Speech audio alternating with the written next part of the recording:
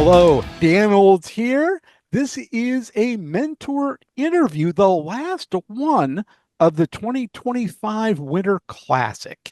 And who was it? It was billed as a mystery mentor for a while, but it was Pittsburgh Supercomputing Center in the form of Dr. Niraj Nepal and Yeah, Valerie Rossi. How are you doing today? Wonderful. Good. I know there's a good. lot of stuff going on this week. It's GTC week, it's all sorts of stuff. Um, but let's talk about the challenge. So you do this for the first time, and the reason that I was so intent on getting Pittsburgh in is because we used the training, the 2021 HBC boot camp Mhm. as a vital part of what we're doing, because I've been looking around for HPC training for a long time. I haven't been able to find it. I mean, there's a lot of stuff out there, but nothing that good and that general, and yet going from this level up to that level. Mhm. Um, so I snagged that, started talking to you folks, and I want to tell you, as you're going to see in the student interviews that are coming out, I was asking them about it. They loved it. They thought it was great. And it was so much so that I was getting suggestions from them that I make that. And then that exam I put together, the first event in every competition from here on Oh, out. that's So awesome. before That's they great to do hear. anything on a Great to hear. supercomputer, they're going to have to look at 16 and a half hours of John Urbanic and some MPI and OpenMP and OpenACC. So enjoy that. You got to pay your dues. Anyway, so that's what started this conversation and what's, let's just have you as a mentor. So, with that said, Dr. Nepal, Siraj, what did you put him through? Yes. What? Yeah. I mean, it was a really nice experience. This is my first ever uh, kind of involvement in this kind of competition, and I really enjoyed it. Yeah, Yeah. that's what I hear. So, tell me about it. How did you come up with what you had him do, and what did you have him do? Yeah, I mean, I mostly work in condensed matter research, so I use a lot of quantum espresso, like electronic structure course.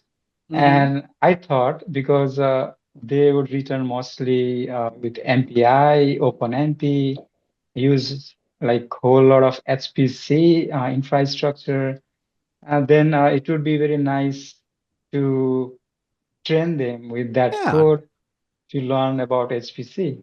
something you're intimately familiar with that code, and putting some that Yeah. makes sense. And yeah, that's what we want mentors to do. That's why we leave it open for Mhm. whatever you want to do.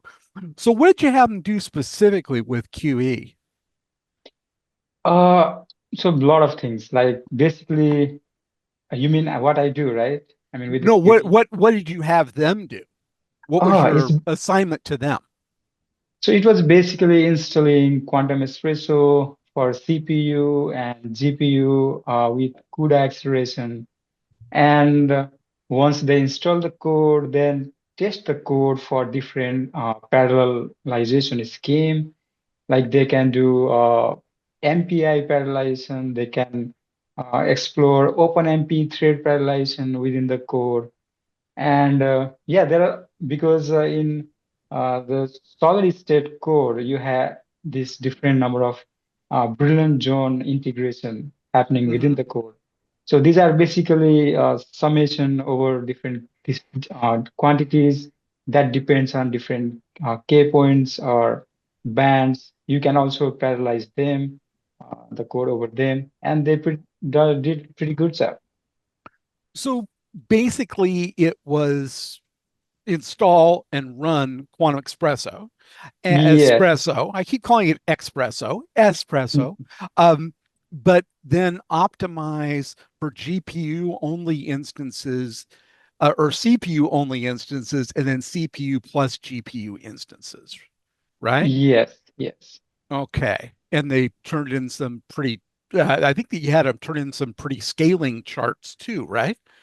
Yeah, yeah. So they analyze the performance over different schemes and uh, they manually, so you can do that, all of them using profiling tools. But Did they? Did they? That's the thing. Or could you tell? I mean, they could do that, but I let them try to do manually so that they can learn about like finding this optimal parameters by themselves. So yeah, many of them figure that out and find simply like because the code itself mostly involves MPI parallelization, and they Mhm. was focusing on that area because they Mm. saw after like couple of calculations, they figured that out. And did you get a lot of questions, or to me, it looked like some of them got started fairly early, which was good. Yes, so yeah, some of them asked questions. Like I can see like couple of 4 to 5 groups have asked me questions even during the like midnight and all. That's their prime working hours. I was going to say that's when Yes. they work. Yeah, yeah. I mean, that's not all that unusual, right? I mean, Yeah, it's yeah. okay. Yeah. Now, of course, you don't have to answer those, but that's one of the things that I tell them that this is real world. So don't be expecting, 24/7 customer service here, because Yeah. that's not what happens. Um, so did most of the teams seem to catch on pretty quickly to what you Yeah, had them I doing?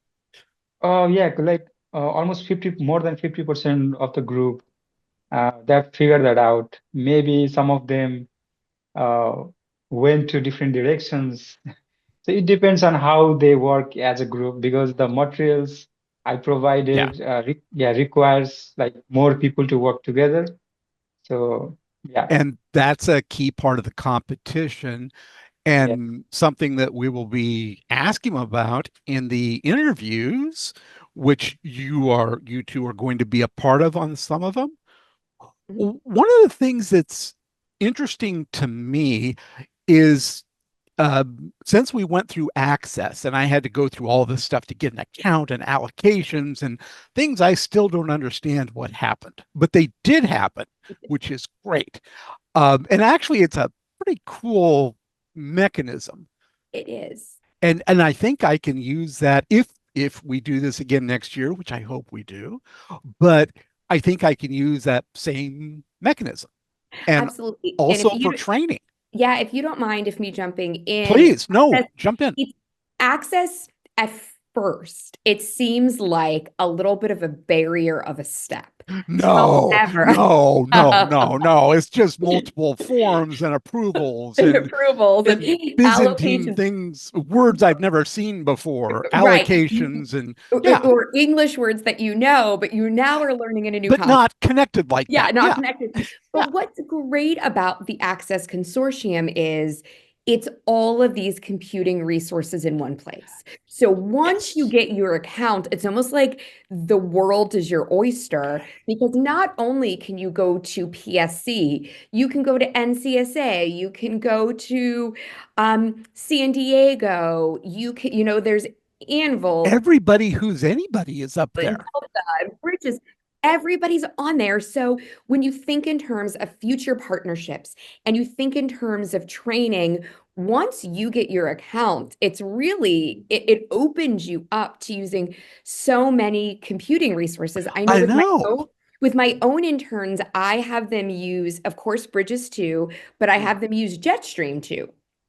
Which Okay. I believe it's Indiana's, but it's nice to have them work within different computing resources. So that's Yes. what's cool about Access.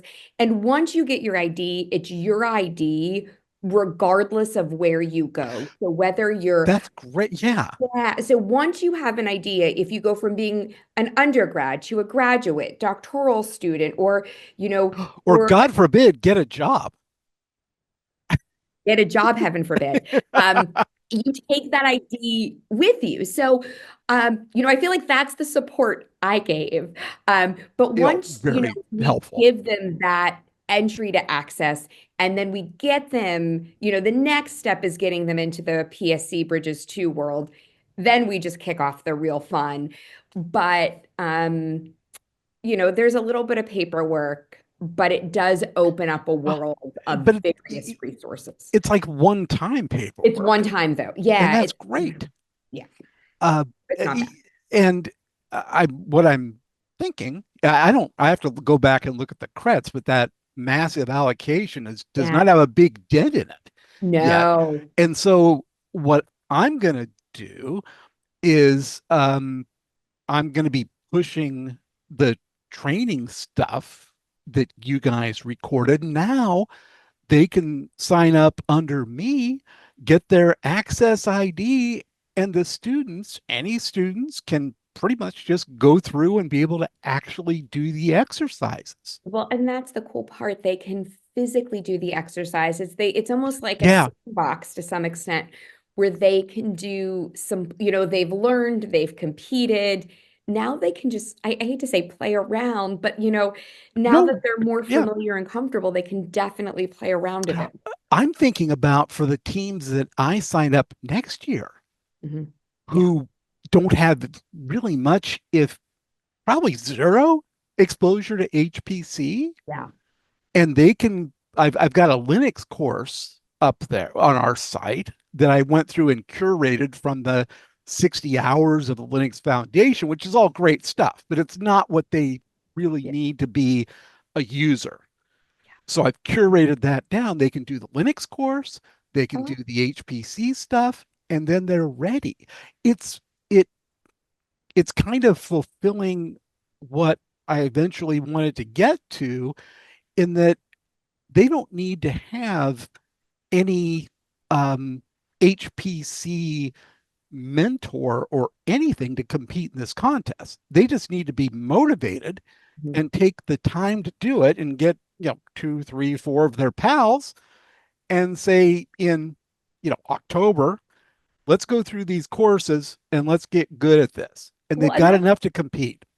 Well, and that I was going to say that's almost the whole point to introduce them to this world of Mhm. HPC, give them some education, give them some challenges to do, but then it really opens doors for them. I mean, Yes. we talked about how, it's really nice that PSC can participate from the mentor, the sponsor perspective, because we compete in our own cluster challenges. We go to Yes. C and we go to ISC. And so we're knee deep in it. And it's a nice way for us to give back in this style of competition. And what I've learned from my students are coming to these competitions because they want to learn about HPC Yeah. and they're not doing it in their courses. We know their courses are jammed enough. Yeah. So to have these different types of virtual and on-site cluster competitions really gives them that entry point to HPC. And I know I have some students who want to make careers in HPC now, which is Yeah.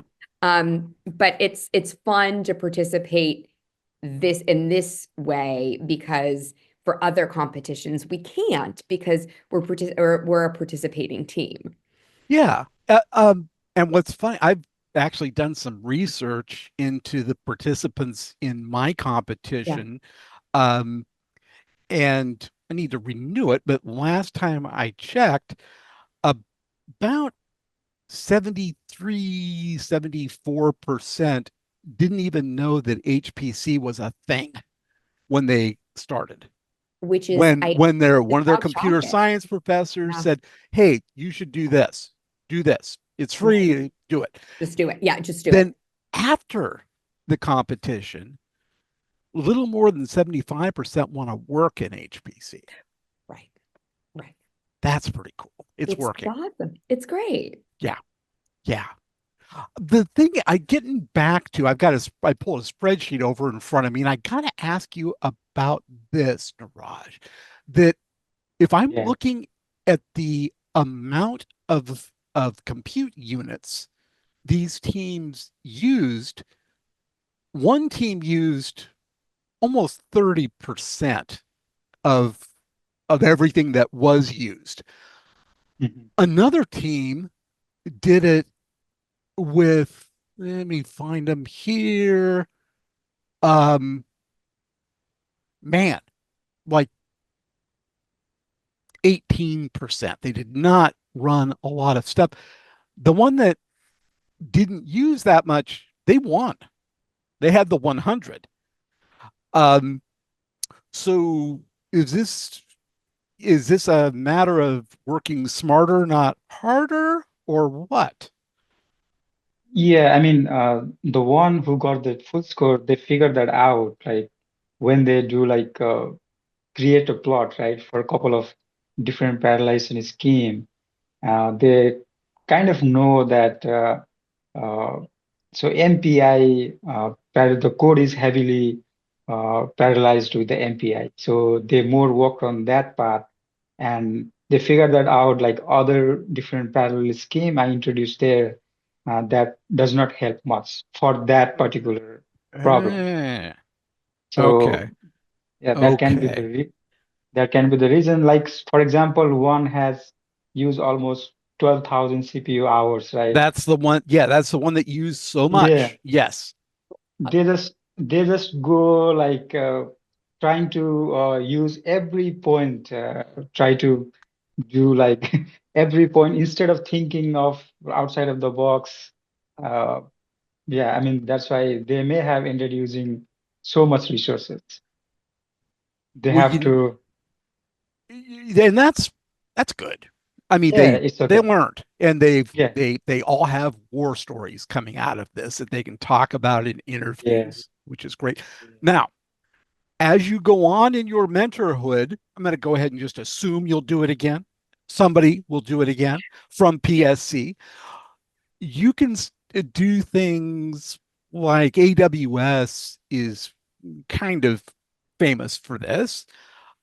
They give them something to do, but then they leave some hidden doors, some some open doorways that Okay. the students have to think outside the box in order to do. And one of them, and I tell this story all the time, is the open foam miracle of 20, I think it's 2022, where a team decided they were doing all the usual things to try and optimize open foam. It was a very simple open foam example.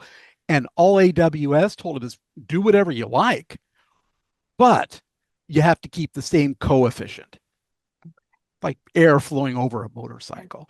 One team on Saturday said, well, what if we coarsened up the mesh? That should make the whole computing thing go faster, right? Yes, yes, it does. And 2 minutes before the deadline, they turned in a score that was, we normalize. So they had 100 points. The next closest team had 11 points. Yeah. Huh. Thinking outside the box, they went from fifth to second by 2 points, and they won it in the interview. That was a little Prairie View. And then in their last challenge, they had them go out and build their own AWS instance and then told them run this module, this particular case of WRF that we have of weather forecasting. And what didn't really say is that the key to this is to pick the right instance out of the 830 different instances. Those were all open to them. And so some teams wrap themselves around the axle doing that. But they said that turned out to be the hardest challenge. Well, sure. Yeah. But Yeah, you're right. That's a unique, fun challenge. yes. And I hope that as we start publicizing this and you guys start talking about that, you'll come up with something equally devious down the road. It's like we, for the first time, Oak Ridge always pushes the envelope, right? Okay. And they were 2 mentors before you. And they actually, for the first time in any competition, had arranged for the kids to do a quantum emulator on a piece of a Frontier-like system. It's a clone of Frontier, a quantum simulator, and then run on actual quantum hardware. Yeah, that was pretty interesting and mind-blowing as the students tried to wrap their heads around quantum Well, a I was little just bit. going to say, and as professionals are still wrapping their heads around quantum, but it's not like, sure, you want to win the competition, but this isn't for a grade and for the students to get to have these experiences. And, it just dawned on me what I'm seeing from my own students to get these challenges from mentors at each site, get this coaching, get to have these cool experiences is really invaluable. That's the whole thing. That's the whole point of it. That's what it's about. I have to say, I am going to have a hard stop at 3:30. Yes. I have an overlapping meeting. So I know. Well, we are almost done. Okay. Let's see. So it was a great challenge, and hope that we can set it up again next year. I think it's a pretty good format. It's pretty easy on both the mentors and hard on the students, which is what we want, right? Yeah. So thank you so much. Really appreciate it. We're going to be recording a score reveal show that we will see. And then the interview, which you'll both be in on some of them. And that's it for this year, except for the Gala Awards ceremony, which will be on April 4th. And you'll get invitations to that online, virtual. But again, can't thank you enough for everything. Really appreciate it. Great job. Well, Niraj did the heavy lifting, but at least from my perspective, this was fun. And it was nice to be on a different side of a cluster. You did some other lifting, though. Well, I did some because you had to talk me. It was light all lifting. that stuff. Yeah. I'm not the brightest at this stuff. And I've got the attention span of a squirrel. And not one of those smart squirrels. Sort of your below average squirrel. Your squirrel trying to figure its way up the tree. No, but it was a great experience. So I don't see why we wouldn't be able to. Why wouldn't you? What the hell? You got the computer. You'll have the computer next year. Exactly. We'll be able to participate in the future. So next year. Thank you. Excellent. We will see you then. Thank you. Jump off, guys. Bye-bye. Bye, Dan.